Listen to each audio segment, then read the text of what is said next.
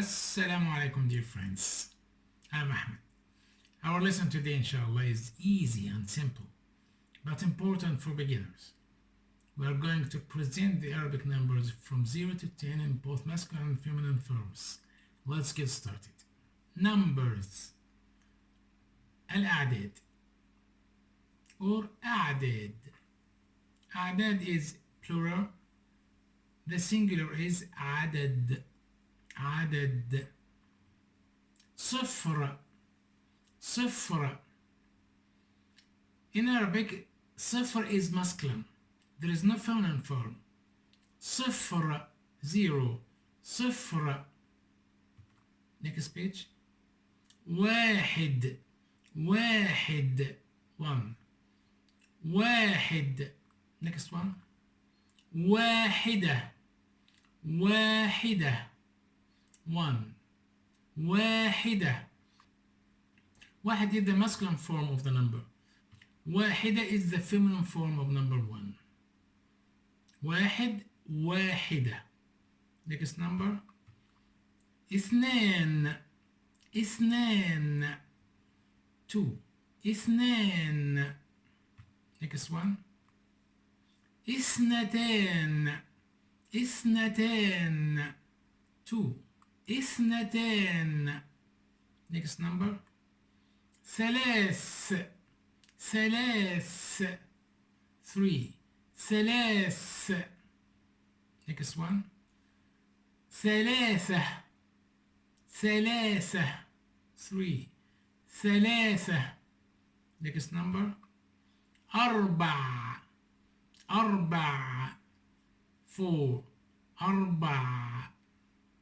Next one. أربعة أربعة, four. أربعة. Next number. خمس خمس, five. خمس.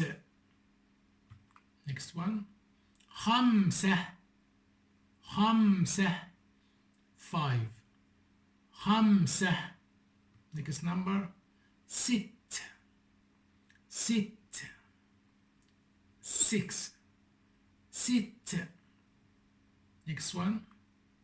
ستة ستة, six. ستة. Next number. سبع سبع, seven. سبع. Next one. سبعة سبعة, seven. سبعة.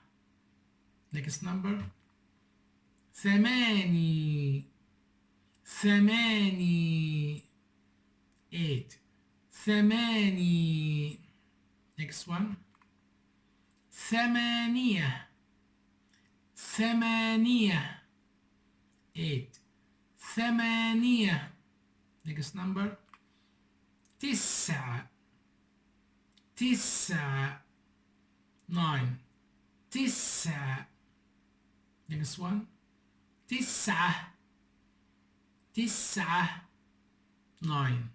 تسعة. Next number. عشر عشر, ten. عشر. Next one. عشرة عشرة. By the way, in Arabic we write from right to left, but we write the numbers from left to right. Dear friends, repeat after me. واحد واحدة, اثنان اثنتان, ثلاث ثلاثة, أربع أربعة, خمس خمسة, ست ستة, سبع سبعة, ثماني ثمانية, تسع تسعة, عشر عشرة, Thank you very much, dear friends. Till we meet again, I wish you good luck. مع السلامة.